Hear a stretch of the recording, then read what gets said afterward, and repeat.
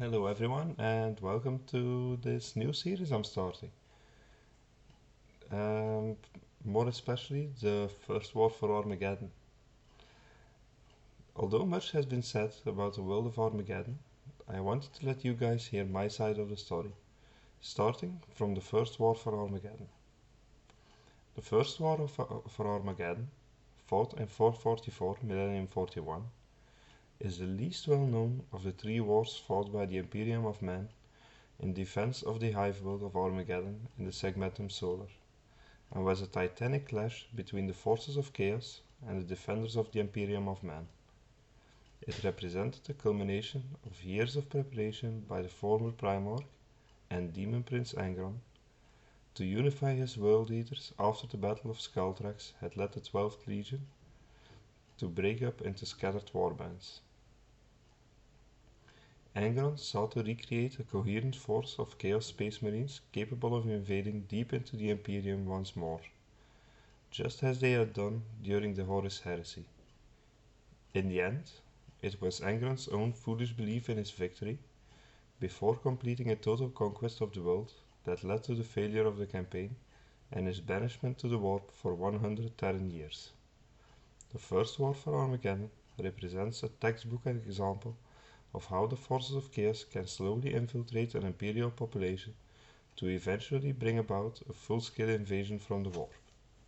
So, we hyped a bit? I hope so. And if you like this series, please like, subscribe, leave a comment. I read all my comments and know that they are very much appreciated.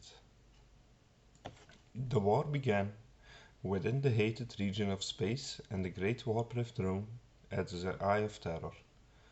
The forces within, being devoted to the service of chaos and the ruinous powers, usually fought against each other as was their fractious nature, but occasionally, and inexplicably, they put aside their rivalries to form an assault in the form of Chaos Undivided on their common enemy, the Imperium of Man. In this case, the unity of powers of Chaos was triggered by the arrival of the Space Hulk Devourer of Stars around the demon world within the Eye of Terror that was controlled by the Demon Prince and former Primarch Angron and his World Eaters Traitor Legion. Angron had spent much of the last 10 millennia attempting to restore some level of unity amongst the divided warbands of what had once been his 12th Legion of Space Marines. The World Eater's dedication to the Blood God Khorne during the Horus Heresy had reduced them for much of that time into a fractious force of Khornate berserkers, just as likely to kill each other as their true foes. The emergence of the Devourer of Stars into orbit around Angron's demon world provided just the opportunity he had been looking for to recreate some semblance of common purpose for his scattered legion. The Space Hulk proved sufficiently large enough to carry huge numbers of chaotic troops, but only on an erratic course into real space. This is how the forces of chaos unexpectedly emerged from the warp aboard the Space Hulk in the Armageddon system in 444 Millennium 41. The arrival of Angron at Armageddon probably had nothing to do with Angron's own desires. Rather, the location was determined by the chaotic currents of the warp, which sent his Space Hulk to Armageddon, possibly at the whim of one of the gods of chaos, probably Khorne, if there was any intent behind the Devourer of Stars course at all. Meanwhile, on Armageddon, a series of strange events culminated in an armed rebellion breaking out in half a dozen of the world's large hive cities against the Imperium's authority, at the same time that massive warp storms cut off the world from Imperial communications and commerce. The revolts, largely initiated by chaos cultists taking advantage of food shortages caused by the warp storms to stir up trouble, were quickly put down on the eastern region of the world's southern subcontinent of Armageddon Secundus. But amongst the more widely scattered hives of the western region of the northern subcontinent of Armageddon Prime, the rebels proved more difficult to eradicate. As Armageddon's planetary defense forces and the few regiments of the Imperial Guard's Armageddon Steel Legion present on the world seemed capable of dealing with a revolt, no additional units were sent by the Imperium to deal with the problem once the warp storms cleared. Armageddon was a very long way away from the Eye of Terror, in the galaxy's segmentum obscurus, and no one in the Imperium suspected any more sinister cause for the revolts than simple civil unrest. Busy containing the rebellion, the Imperium forces were caught by surprise when the space hulk Devourer of Stars suddenly emerged from the warp in the Armageddon system. On board the Devourer of Stars was an enormous Chaos army led by the demon primarch Angron himself, including millions of Chaos cultists known as the Children of Sanguinary Unholiness and the Cruor Praetoria, the 12 strongest demons of Khorne, whose lives and deeds most pleased their wretched blood god. Chaos Space Marines from the World Eaters Legion and hordes of other demonic creatures dedicated to the blood god also poured from the space hulk onto the surface of Armageddon and swept across the land. The insidious effects of chaos were quickly felt as nearly half of the planetary defense force of Armageddon unexpectedly went over to the invaders, declaring their loyalty to the ruinous powers of chaos. The few remaining loyalist defenders were quickly routed from the continent of Armageddon Prime, falling back through the equatorial jungles in the south. The survivors joined up with the Imperial PDF units that had been left in the continent of Armageddon Secundus and prepared to make a last-ditch defense along the rivers of Styx and Charon. The Imperial defense was well organized.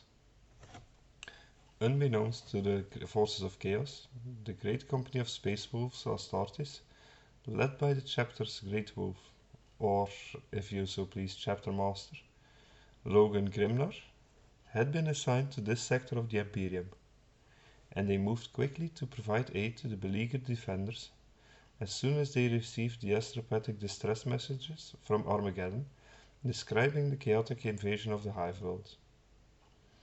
The Imperial defenders gained valuable time whilst Angron raised bloody monuments to the blood god from the wreckage of the dead instead of pressing his advantage. When his army emerged from the equatorial jungles that separated Armageddon Prime from Armageddon Secundus, they found the Imperial defenders ready and waiting, and, most importantly, reinforced by the Space Wolves. Huge battles erupted along the entire front. In the east, along the Charon River, the Imperial forces held, but towards the west, on the Styx River, where Angron led the way himself, Angron smashed through the Imperial lines and led his forces towards Hive Infernus and Hive Hell's Reach. It was now that Logan Grimnar unleashed his secret weapon. He had called for the assistance of the Grey Knights, the Psychic Space Marine chapter that served the Ordomelius of the Inquisition as its chamber militant, as soon as he had heard of the nature of the attacking forces. Only the Grey Knights had the ability to truly defeat a demonic entity of such malevolent power as Angron, as the very existence of chaos was one of the most closely guarded secrets of the Imperium of Men. Few, amongst even the Space Marines, knew of the existence of the Grey Knights, the most elite chapter of Astartes ever formed, who were specifically tasked with combat against demons. But Grimnar had seen them in action on more than one occasion, and as the Lord of an Astartes chapter, he had never been forced to submit to the mind wipe that was requested of nearly all witnesses to the Grey Knights in action. Amongst the Grey Knight units deployed for action on Armageddon was Squad Castian, which joined an ad hoc ragged brotherhood of Grey Knights under the command of Taramar Aurelian, the brother captain of the Third Brotherhood. When the call came, the Grey Knights teleported directly in the midst of the advancing Chaos Horde, surrounding the gigantic Demon Primarch. Taking heavy losses from Angron's battle prowess, the Grey Knights inflicted their own punishment, and eventually Squad Castian engaged in melee with the Demon Primarch. After Angron mangled the SWAT, the only Grey Knight left standing was the Pyrokine, or Master of the Psychic Flame, Hyperion. Trying to protect a still surviving squadmate, in a tremendous display of faith, power and effort, Hyperion used his psychic abilities to shatter the Primarch's demonic sword, the hideous cornet relic known as the Black Blade. Whilst he collapsed into unconsciousness from sheer effort, Captain Aurelian then confronted the bladeless demon Prince of Khorne and managed to banish him back to the warp, although at the cost of his own life. Hyperion was one of only 13 Grey Knights to survive the battle, out of 109 Astartes of the Third Brotherhood who had been deployed for the campaign. Found alive, but in terrible shape by the Space Wolves on the hellish field after the battle, Hyperion soon acquired the horrific Bladebreaker for his feet. He had to be put in temporary stasis in order to survive, and underwent surgery that replaced half his face and skull with augmentics, and he eventually reported back to duty more than 4 months later. The Grey Knights had defeated the Demon Prince, hurling his spirit back into the warp, from where he could not return for over 100 Terran years. At the same time as the Grey Knights were teleporting directly into the center of the demonic force to launch their attack on the Demon Primarch, the Space Wolves launched their own massive counteroffensive all along the Imperial lines. The forces of Chaos were routed after they watched their leader defeated, and only the World Eaters managed to retreat back to the Space Hulk and escape into the safety of the warp. The Imperial victory was complete and overwhelming. With their leader dead, the Chaos Hordes fell into disorder. The remnants of the force repulsed at the River Caron retreated completely as they were counterattacked by the Astartes of the Space Wolves. Pursued across the ash wastes by the combined forces of the Space Marines and the mechanized units of the Armageddon Steel Legion, thousands of Chaos cultists, mutants and traitors were slaughtered without mercy. Bereft of their demonic allies, those invaders who did not fall as they crossed the polluted wastes were overtaken at Minos Bridge. No quarter was offered, and their bodies were cast into the river Minos and their corpses set alight,